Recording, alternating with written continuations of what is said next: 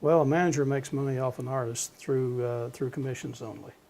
The more successful an artist is, then the more the manager, and of course the booking agency, who works on 10%, normally a 10% of the gross of performances.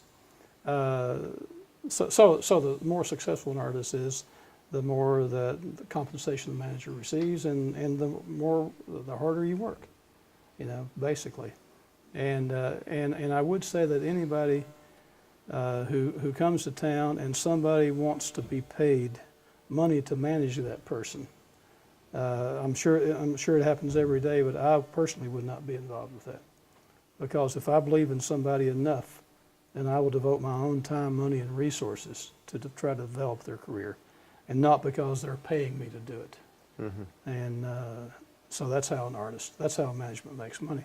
Now, as far as what a manager does, a manager is kind of the quarterback of the team.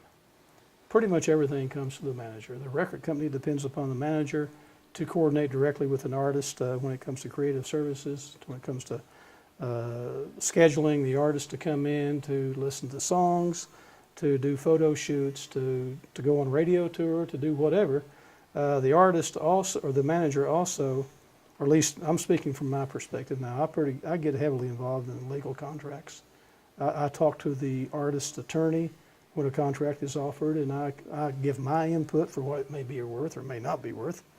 But I know that the record contracts pretty substantially, because I've been involved in many of them. And so I will advise the artist on that aspect. The manager is also deals with the booking agencies. The booking agency may call me up and say, hey, can Rebecca do a show in Phoenix on July the 4th for $10,000, as an example. Then I have to let the booking agency know whether she can do that or not. And I'll go back and we'll sit down and we'll figure out the cost analysis on what it takes to get her and the band there, hotels, one thing and another, flights or a bus or however she's going to go. And I may go back and say, you know what, we can do it for 10 if you can get me a show in El Paso the night before for 5 or 6 or 7.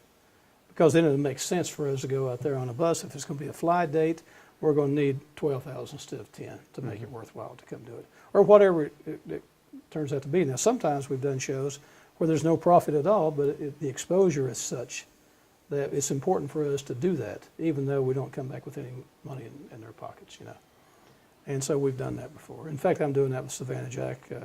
In July, we're doing a show in front of about 20,000 people in Salt Lake City, and we're not going to make much money off of it, but its exposure is 20,000 people that we wouldn't have otherwise on that day. So. Mm-hmm.